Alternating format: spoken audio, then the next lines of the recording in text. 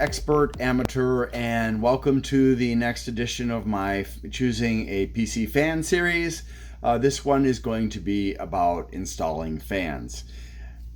It's really easy with most fans. There's very little thought that has to be put into it other than making sure you have it blowing in the correct direction and that it's firmly put in place and wires aren't going inside the area where the blade is spinning, because that's obviously not a good thing. But aside from that, there's not too much that you're going to have to worry about as long as you've got the bare minimums. What would be the bare minimums? Well, for example, screws and a cable.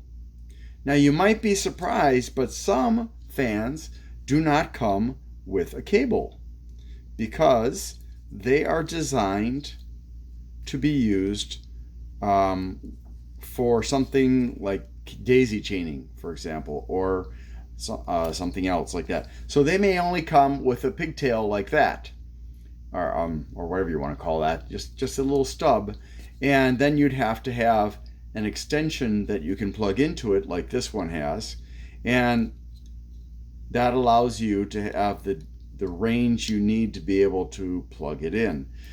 I think the most difficult part of installation is the wiring, but I'm getting ahead of myself. There's generally very little difference from one fan to another as to how easy it is to install, although a small number possess additional pieces that make it harder to install, and some offer multiple extra pieces so that you can more easily install them in a case, on a CPU cooler, or on a radiator, which is to say it comes complete with multiple options available right off the bat. Usually you're paying extra for that. For convenience, that's why you pay extra, because it comes out of the box ready to be mounted to the case, ready to be mounted to a heatsink, or ready to be mounted to a radiator. Some of those parts you'll probably never use though. So you may want to weigh, do I really want to pay the extra to get this one with all the parts? Or am I always going to just use this fan for, say, a case fan? In which case, no, I don't need to get that more expensive version with all the extras. Most fans will only be shipped out with short bolts or self-tapping bolts. They call them screw bits, but they're really more like bolts. So you would think that this is the bare minimum for screws or bolts. And I'm not sure if these are self-tapping or not. I don't think so. Self-tapping have a little bit of an indentation at the tip, which is to put there so that when you screw the bolts into these holes, they'll bite into and dig a channel into the plastic of the hole. There are some fans that come without really any packaging, such as this Thermaltake fan. It didn't even come with screws, and that is because sometimes people will buy in bulk, so they'll get a whole box with no commercial packaging like this, and they will then resell that product in that condition and not include even the screws for you. And so you don't have a box to store it in, you don't have screws to mount it with, so you have to, get your own mounting screws. There are other kinds of screws than just this. Some of them are going to be silver color, and again, self-tapping, like this kind is silver, not self-tapping. And then there are radiator screws like this, and those are long, so they can all go all the way through the radiator to the other side. Some of them will, in addition to having the radiator screws, they will include gaskets that are to help reduce vibrations, or maybe to fill a gap sometimes. So you may get a set like this where you have both the gaskets and the screws. You may get a set where it's got both the short screws and the radiator screws, maybe with or without gaskets and other little pieces.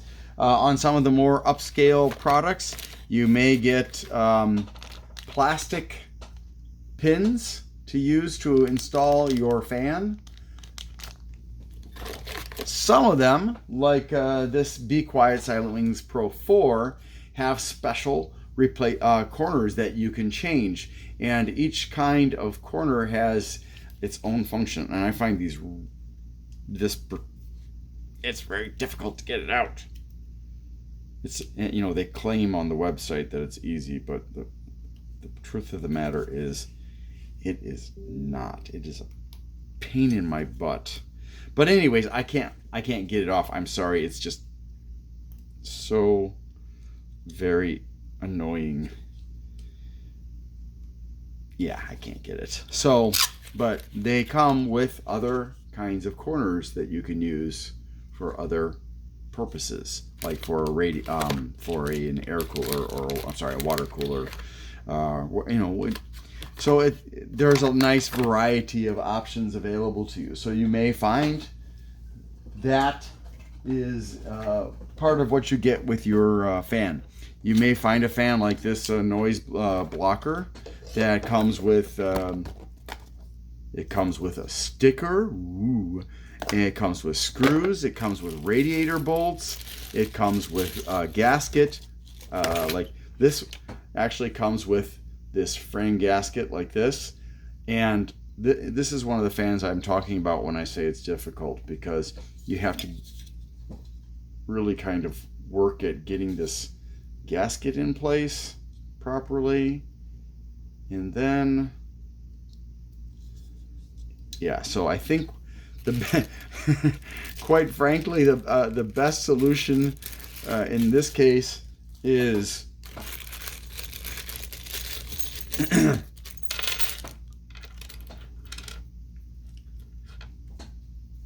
you take they've got these things here, and that, I believe, fits into this hole here. It doesn't explain on the box, which is annoying. See, or not. No, that's for the other side then. Okay, so you take this, I guess, and these are grooved on the sides for putting them onto here. So these are going to go all the way to the end, and then you put this through, and you put it through the hole, and then on the other end, you're going to have this. No, that's not right either. I think I've got it backwards. I think the knurled thingy is supposed to go with the little gasket, the round gasket with the nipple. So let's try again. See? I tried this once and I was like, you know, this is annoying. I'm not going to waste my time. Okay, so let's try again. I'm going to put the nipple there into the hole, and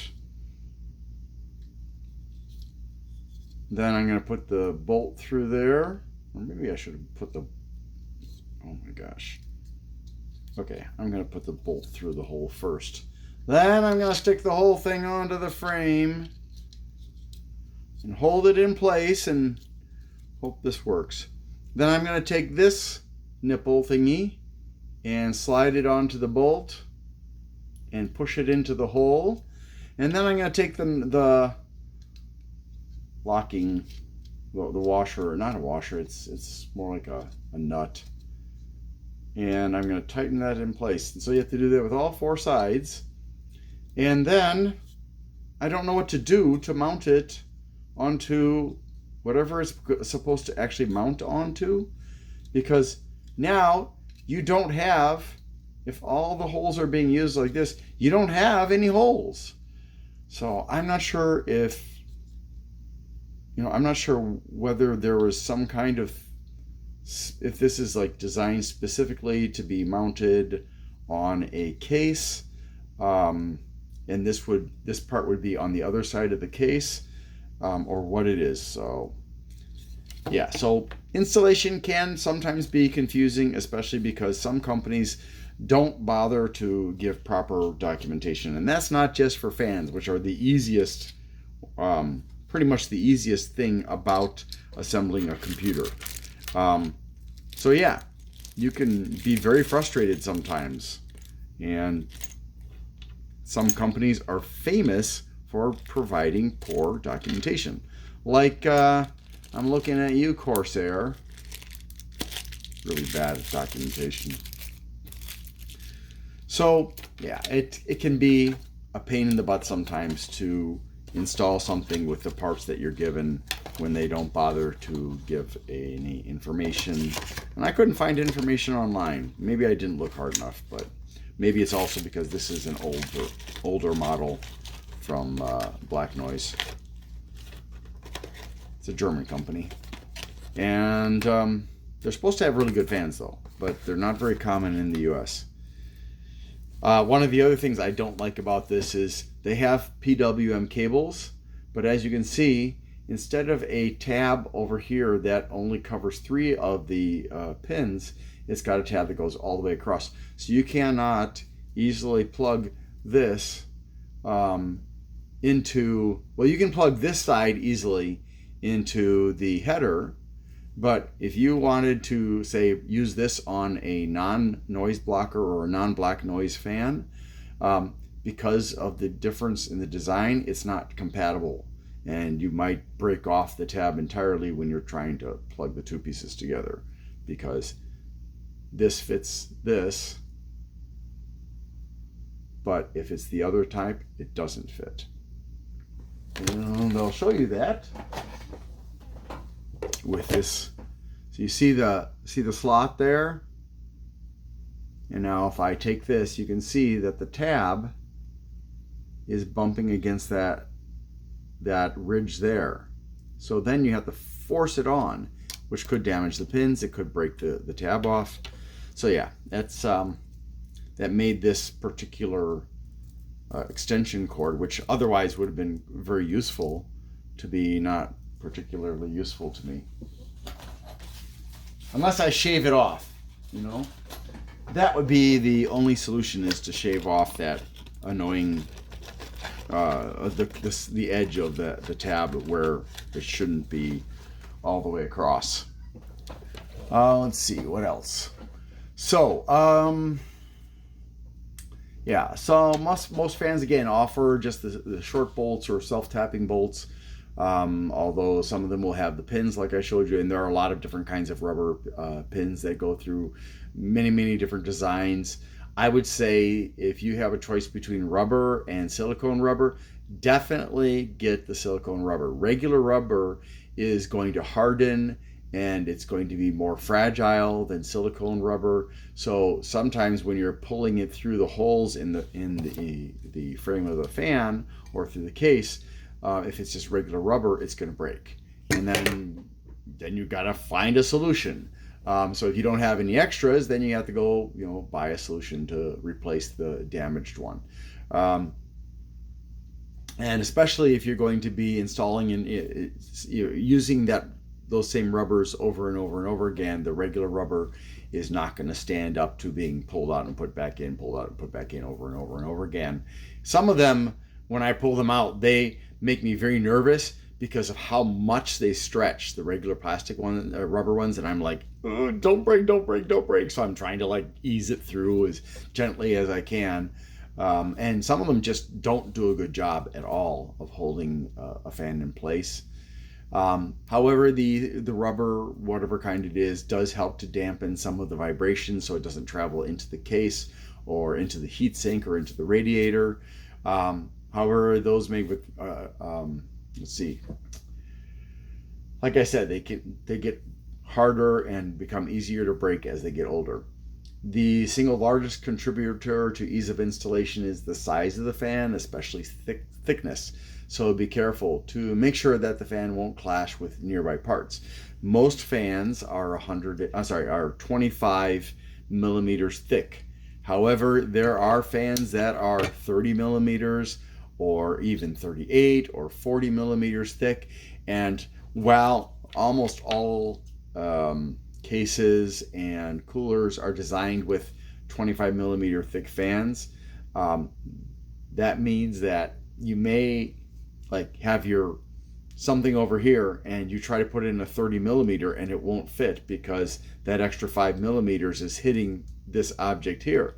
So before you're buying, check and see what the thickness is. And it goes down to, I think the thinnest ones are like 12 millimeters, which is stupidly thin. I mean, literally stupid to have it that thin because they're not very effective for anything other than airflow.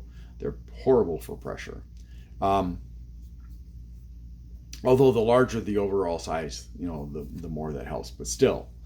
So yeah, just check the thickness and make sure that that particular thickness will definitely fit where you plan to put that fan, because otherwise you're going to have to return it or find another place to use it or let it sit and rot. A small number of fans offer special installation features such as daisy chaining through cables or through plug and socket direct connections. Like, for example, this Thermaltake I showed you a few minutes ago has got daisy chaining for both the power and for the lighting. Not all fans have that. And then there are some that have direct connections where it's basically there's little holes built into the one side and little so holes on this side and then pins on this side. So you can connect them in a line just using that hole and pin system. However, some of them are not well designed, and so pins will break off if you're not careful, or pins will get bent, or a pin will break off in a hole, or it'll stop working correctly for other reasons as well. So if you have like 2 fans in a row that are direct connected like that, and the second fan is behaving weirdly, either it's not spinning right or the lights aren't working right, the pins are probably damaged or the holes are damaged or both. And then, so like Sama 3-in-1 RGB PC fans have that. The Lian Li Unifan has that. The Asia Horse Matrix Pink 58 all-in-one square frame. The Fantex PH F120. The D30 DRGB PWM BK01. And also the Lian Li, all of the, I think all of the Lian Li. And now there are, because almost all fans are made in China and China doesn't respect patent laws, technology that is manufactured in China is very rapidly stolen and used by other companies to produce the exact same products in terms of that technology, that special. So as soon as, I don't know which company came up with the Direct Connect first, but as soon as that it was made in China, these people, these, I guess you could say industrial spies, stole that technology and sold it to other companies like Sama and Asia Horse. I don't know if Lian Li made it or if they stole it, but as far as I know, they're the originators. So they probably did not. So sorry, Fantex, I don't know. I don't know who got it first. All I know is the patents were not respected, and China does that with a lot of stuff. So yeah, that's pretty much that. Then mounting orientation. It's really very simple. People get very confused about this. But when they talk about vertical and horizontal mounting, they're not talking about the direction of airflow. They are talking about vertically mounted or horizontally mounted. That's it. Now diagonally would be like this, but you know, vertical means it's standing up and horizontal means it's lying down, so to speak, even though it's up against the top of the case. So, and then there's adjustable direction mounting.